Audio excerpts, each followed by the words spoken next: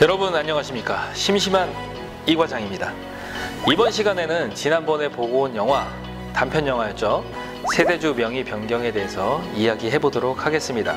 우선 구독부터 부탁드릴게요. 또 영상도 끝까지 시청해 주시길 바랍니다. 세대주 명의 변경, 이 영화는 제가 지인의 소개로 참석하게 돼서 보게 된 영화입니다. 참고로 이 영화의 소식을 먼저 알려드리면서 이야기를 해보겠습니다. 이런 얘기해도 될지 모르겠지만 조만간 VOD 시장에서 볼 수 있을 것 같습니다. 축하드립니다. 그래서 이번 영상에 스포일러는 전혀 없습니다. 부담 없이 끝까지 시청하셔도 된다는 얘기죠. 우선 영화 제목이 세대주 명의 변경. 이게 뭔가 할 겁니다. 근데 거꾸로 얘기하면 영화가 끝나면 이거다 라고 얘기하실 겁니다. 제가 드릴 수 있는 스포일러는 여기까지입니다. 잘 지었어요. 아주 잘 지었어요.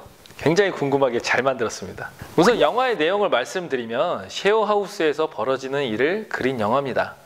여러 가지 이슈들을 요 한 가지 사건으로 집약을 해서 보여주는 점들이 어떻게 보면 굉장히 신선했고 또 여운도 남고 그런 점들이 잘 만들어졌다고 생각이 됩니다.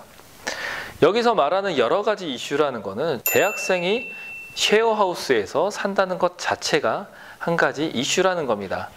과거에는 여러분들이 잘 아실지 모르겠습니다만 밥까지 챙겨주는 하숙이 있었습니다. 요즘에는 하숙 보기 많이 힘들죠?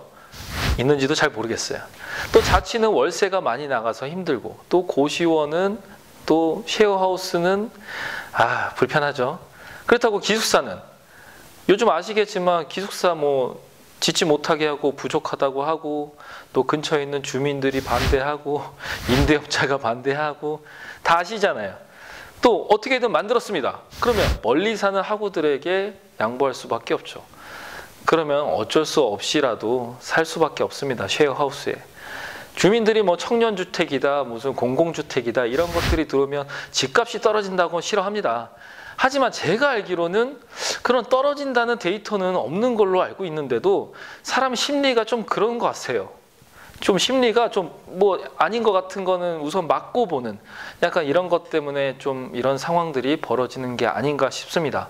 그래서 쉐어하우스에 사는 것 자체가 첫 번째 이슈가 되는 겁니다. 두 번째로는 세대 간의 갈등을 이야기하고 있는데요. 특히 최근에 극우, 극좌, 약간 진영 논리에 빠지고 있는 부분이 있어서 좀 안타깝게 생각을 하고 있습니다. 정치적으로도 얘기하는데 사실 정치 얘기하면 한도 끝도 없잖아요. 또 어떤 학자는 또 세대라고 구분하면 안 된다라고 할 정도로 세대라는 말도 빼자 이런 식의 운동도 일어나는 걸로 알고 있습니다. 진영 논리도 여기서 또 들어갈 수밖에 없는 거고요. 거기다가 약간의 종교적인 부분까지도 같이 들어갈 수 있을 것 같습니다. 세 번째는 점점 어려워지는 인간관계에 대한 이야기인데요.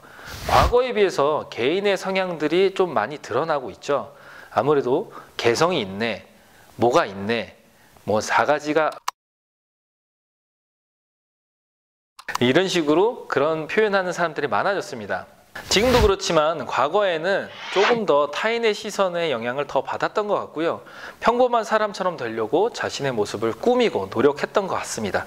지금도 안 하는 건 아니지만 사실 지금의 세상은 그렇게 만들려고 해도 너무 많은 다양한 경우의 수가 있기 때문에 평범하다?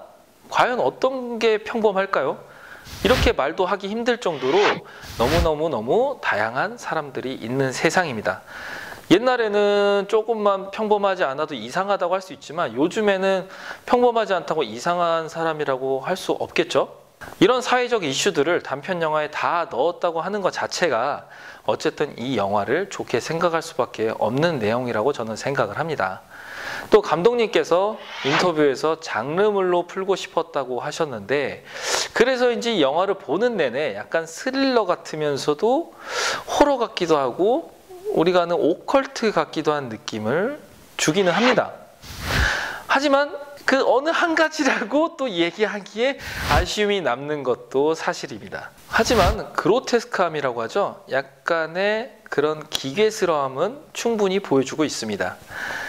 또 마지막에 CG나 여러 가지 환경 때문에 충분히 담아내지 못한 게 좀 아쉽다고 이야기도 해주셨습니다. 그래도 제가 볼 때는 영화의 장치들을 충분히 이용해서 관객들에게 궁금증을 만들기에는 충분했다, 이런 생각이 듭니다. 이런 장치들은 적절히만 사용하면 관객들을 조금 더 집중할 수 있게 만드니까요. 마지막으로 드리고 싶은 말은, 영화 검은 사제들 다들 아시죠? 이 영화는 12번째 보조사제라는 단편 영화가 원작입니다. 둘 다 장재현 감독님이 만드셨고요. 부디 이번 단편이 아주 잘 돼서 장편으로 만들어질 수 있기를 바랍니다. 저에게 좋은 영화 보여주셔서 너무 고맙습니다. 오늘 저희 이야기가 도움이 되셨거나 재미가 있으셨다면 구독과 좋아요, 알람 설정과 댓글 모두 부탁드립니다. 지금까지 심심한 이과장이었습니다.